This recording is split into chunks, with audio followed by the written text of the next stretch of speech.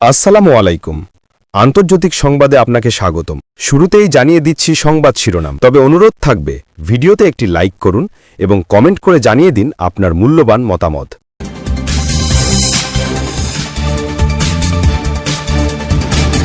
Israel আর কখনোই গাজা ত্যাগ করবে না।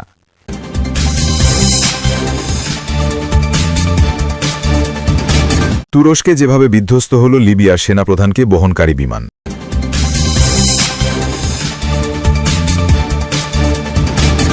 ওসমান হাদি হত্যাকাণ্ডের 6 দিন পর বিস্তারিত তদন্তের আহ্বান ভারতের।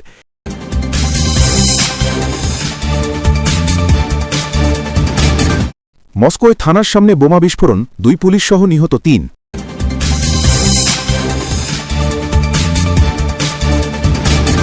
চাপের কাছে নত হবে না ইরান, পারমাণবিক আলোচনা নিয়ে তীব্র বাকযুদ্ধ।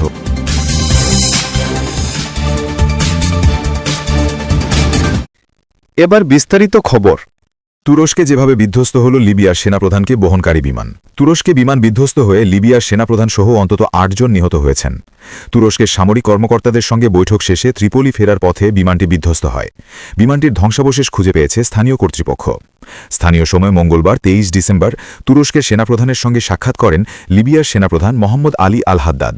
সাক্ষাতের পর ফ্যালকন 50 মডেলের বিমানে চড়ে আনকারার এসেনবোগা বিমানবন্দর থেকে স্থানীয় সময় রাত 8:10 রওনা দেন লিবিয়ার সেনাপ্রধান ও তার 4 সহযাত্রী। কিন্তু এরপরেই ঘটে বিপত্তি। রাত 8:52 বিমানটির সঙ্গে কন্ট্রোল রুমের রেডিও যোগাযোগ বিচ্ছিন্ন হয়ে যায়। তুরস্কের স্বরাষ্ট্রমন্ত্রী জানিয়েছেন, বিমানটি হাইমানা জেলায় জরুরি অবতরণের অনুরোধ করেছিল। তবে এর পরপরই যোগাযোগ বিচ্ছিন্ন হয়ে যায় এবং স্থানীয়রা ওই এলাকায় একটি বিশাল বিস্ফোরণের আলো দেখতে পান। তুর্কি সীমান্তরক্ষী বাহিনী বিমানটির ধ্বংসাবশেষের অবস্থান নিশ্চিত করেছে, যা আনকারা থেকে প্রায় 74 কিলোমিটার দক্ষিণে কেশিককাভা গ্রামের কাছাকাছি।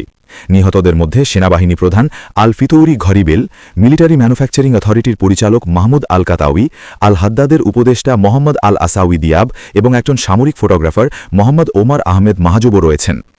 লিবিয়ার প্রধানমন্ত্রী আব্দুল হামিদ দাবিবা এ দুর্ঘটনায় শোক জানিয়েছেন। তিনি বলেন, এটি লিবিয়ার দেশরক্ষা বাহিনী এবং সমগ্র জাতির জন্য এক অপূরণীয় ক্ষতি।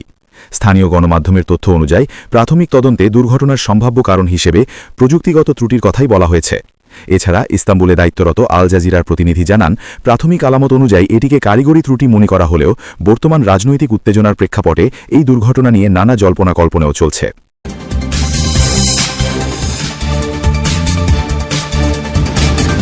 ওসমান হাদি হত্যাকাণ্ডের 6 দিন পর বিস্তারিত তদন্তের আহ্বান ভারতের। ইনকিলাব মঞ্চের মুখপাত্র ও জুলাই যোদ্ধা শহীদ ওসমান হাদি হত্যাকাণ্ডের পুঙ্খানুপুঙ্খ ও বিস্তারিত তদন্তের আহ্বান জানিয়েছে ভারত। বার্তা সংস্থা পিটিআই জানিয়েছে, বুধবার 24 ডিসেম্বর বাংলাদেশের হাইকমিশনার রিয়াজ হামিদুল্লাহকে তলব করে ভারতের পররাষ্ট্র মন্ত্রণালয়। এ সময় হত্যাকাণ্ডে তদন্ত নিয়ে ভারতের উদ্বেগ জানানো হয়। পিটিআই সংশ্লিষ্ট সূত্রের বরাতে জানিয়েছে, শহীদ ওসমান হাদি হত্যার ঘটনায় ভারতের সংশ্লিষ্টতা রয়েছে এমন অভিযোগ ওঠায় বিষয়টি নিয়ে বিস্তারিত ও নিরপেক্ষ তদন্ত করতে বাংলাদেশ সরকারকে আহ্বান জানিয়েছে নয়াদিল্লি। নিষিদ্ধ ছাত্রলীগের সন্ত্রাসীদের গুলিতে শহীদ ওসমান হাদি নিহত হওয়ার পর ঢাকায় ভারতীয় দূতাবাসের সামনে বিক্ষোভ কর্মসূচির ডাক দেওয়া হয়েছিল। তার মৃত্যুর পর বাংলাদেশে ভারত বিরোধী মনোভাব বৃদ্ধি পেয়েছে বলেও প্রতিবেদনে উল্লেখ করেছে পিটিআই। এর আগে মঙ্গলবার 23 ডিসেম্বর ঢাকায় নিযুক্ত ভারতীয় হাইকমিশনার প্রণয় ভার্মাকে তলব করে পররাষ্ট্র মন্ত্রণালয়। এ সময় পররাষ্ট্র সচিব নয়াদিল্লি ও শিলিগুড়িতে বাংলাদেশের কূটনৈতিক স্থাপনায় হামলা ও ভাঙচুরের ঘটনায় গভীর উদ্বেগ প্রকাশ করেন। একই সঙ্গে ভারতে অবস্থানরত বাংলাদেশি কূটনৈতিকদের নিরাপত্তা নিশ্চিত করার বিষয়টি গুরুত্বের সঙ্গে তুলে ধরা হয়। উল্লেখ্য, এর আগেও 14 ডিসেম্বর প্রণয় ভার্মাকে পররাষ্ট্র মন্ত্রণালয় তলব করা হয়েছিল। সে সময় ভারতে অবস্থানরত ক্ষমতাচ্যুত প্রধানমন্ত্রী শেখ হাসিনার অব্যাহত উস্কানিমূলক বক্তব্য নিয়ে সরকারের উদ্বেগ জানানো হয়। পাশাপাশি ইনকিলাব মঞ্চের আহ্বায়ক শরীফ ওসমান হাদির ওপর হামলার সঙ্গে জড়িতদের ভারতে পালিয়ে যাওয়ার সম্ভাবনা ঠেকাতে ভারতের সহযোগিতা কামনা করা হয়। এর পরিপ্রেক্ষিতে 17 ডিসেম্বর নয়াদিল্লিতে নিযুক্ত বাংলাদেশের হাইকমিশনার রিয়াজ হামিদুল্লাহকে ভারতের পররাষ্ট্র মন্ত্রণালয় তলব করে ভারত। সপ্তাহ না যেতেই বুধবার তাকে আবারও তলব করা হল।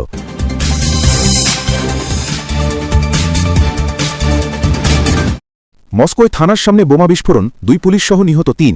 রাশিয়ার রাজধানী মস্কোর থানার বাইরে বোমা বিস্ফোরণে 2 পুলিশসহ 3 জন নিহত হয়েছেন।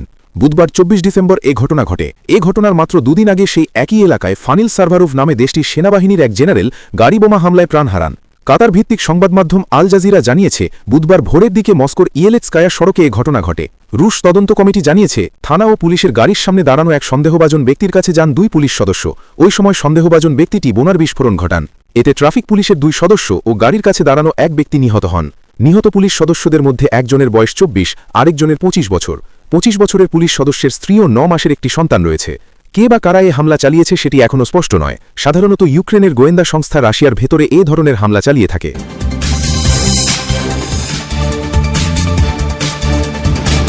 ইসরায়েল আর কখনোই গাজা ত্যাগ করবে না।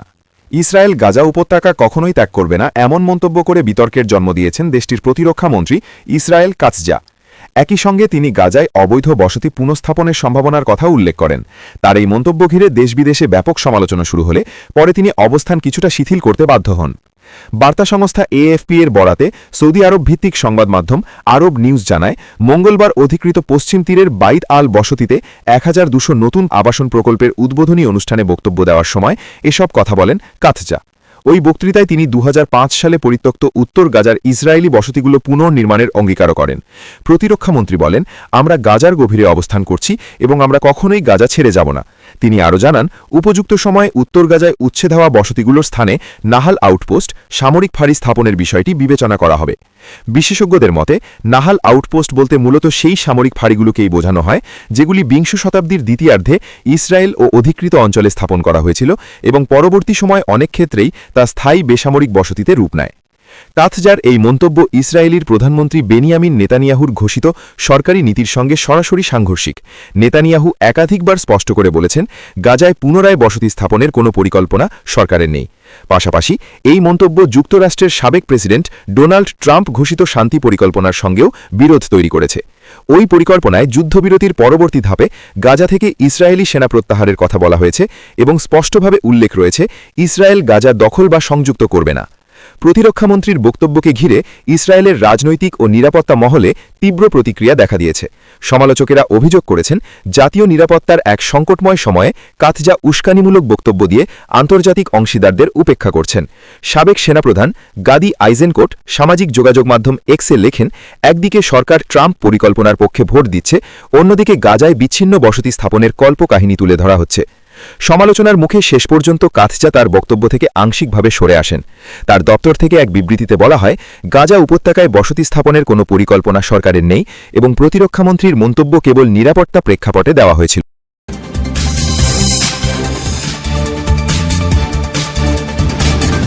চাপের কাছে নত হবে না ইরান, পারমাণবিক আলোচনা নিয়ে তীব্র বাকযুদ্ধ। পারমাণবিক কর্মসূচি নিয়ে আলোচনা পুনরায় শুরুর শর্তে জাতিসংঘ নিরাপত্তা পরিষদে যুক্তরাষ্ট্র ও ইরানের মধ্যে তীব্র বাকযুদ্ধ হয়েছে। যুক্তরাষ্ট্র সরাসরি আলোচনায় প্রস্তুতির কথা জানালেও ইরান ওয়াশিংটনের শর্ত প্রত্যাখ্যান করে স্পষ্ট করেছে, কোনো চাপ ও ভীতি প্রদর্শনের কাছে তারা নত হবে না। মঙ্গলবার 23 ডিসেম্বর নিরাপত্তা পরিষদের বৈঠকে যুক্তরাষ্ট্র জানায়, তেহরান যদি সরাসরি ও অর্থবাহ আলোচনায় প্রস্তুত থাকে তবে তারা আনুষ্ঠানিক আলোচনায় বসতে রাজি। তবে মার্কিন প্রেসিডেন্ট ডোনাল্ড ট্রাম্পের উপমধ্যপ্রাচ্য বিধায়ক দূত মর্গান অটাগাস বলেন, যে কোনো চুক্তির ক্ষেত্রে যুক্তরাষ্ট্রের কিছু স্পষ্ট প্রত্যাশা রয়েছে। তার ভাষায়, সবচেয়ে গুরুত্বপূর্ণ হল ইরানের ভেতরে কোনো ইউরেনিয়াম সমৃদ্ধকরণ চলবে না। এটি আমাদের নীতিগত অবস্থান। অন্যদিকে ইরানের জাতিসংঘ রাষ্ট্রদূত আমির সাইদ ইরাভানি যুক্তরাষ্ট্রের শূন্য সমৃদ্ধকরণ নীতিকে অন্যায্য ও আন্তর্জাতিক আইনের পরিপন্থী বলে আখ্যা দেন। তিনি বলেন, ন্যায্য ও অর্থবহ যে কোনো আলোচনাকে আমরা স্বাগত জানাই, কিন্তু শূন্য সমৃদ্ধকরণের উপর জোর দেওয়া এনপিটি অর্থাৎ নন প্রলিফারেশন ট্রিটি এর সদস্য হিসেবে আমাদের অধিকার বিরোধী। এর অর্থ হল তারা ন্যায্য আলোচনা চায় না। ইরাভানি আরও বলেন, যুক্তরাষ্ট্র ইরানের উপর পূর্ব নির্ধারিত শর্ত চাপিয়ে দিতে চায়। ইরান কোনো চাপ ও ভয়ভীতির কাছে মাথা নত করবে না। এর আগে গত জুনে ইরান ও ইসরায়েলের মধ্যে 12 দিনের যুদ্ধের প্রেক্ষাপটে পারমাণবিক আলোচনা থমকে যায়। ওই সংঘাতে যুক্তরাষ্ট্রও জড়িয়ে পড়ে এবং ইরানের পারমাণবিক স্থাপনায় হামলা চালায়। যুদ্ধের আগে ইরান ও যুক্তরাষ্ট্রের মধ্যে 5 দফা পারমাণবিক আলোচনা হয়েছিল।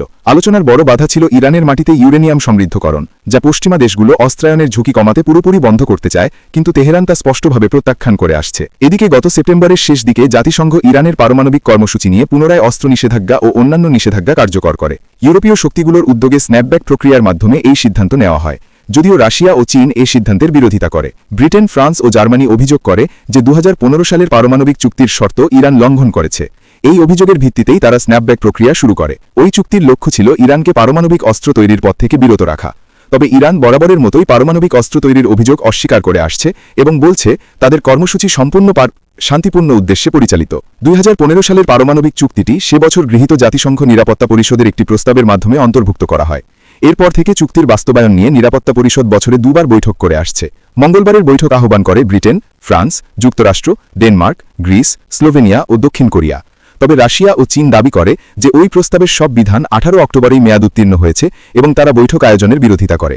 আপত্তি সত্ত্বেও বৈঠকটি নির্ধারিত সময়েই অনুষ্ঠিত হয়।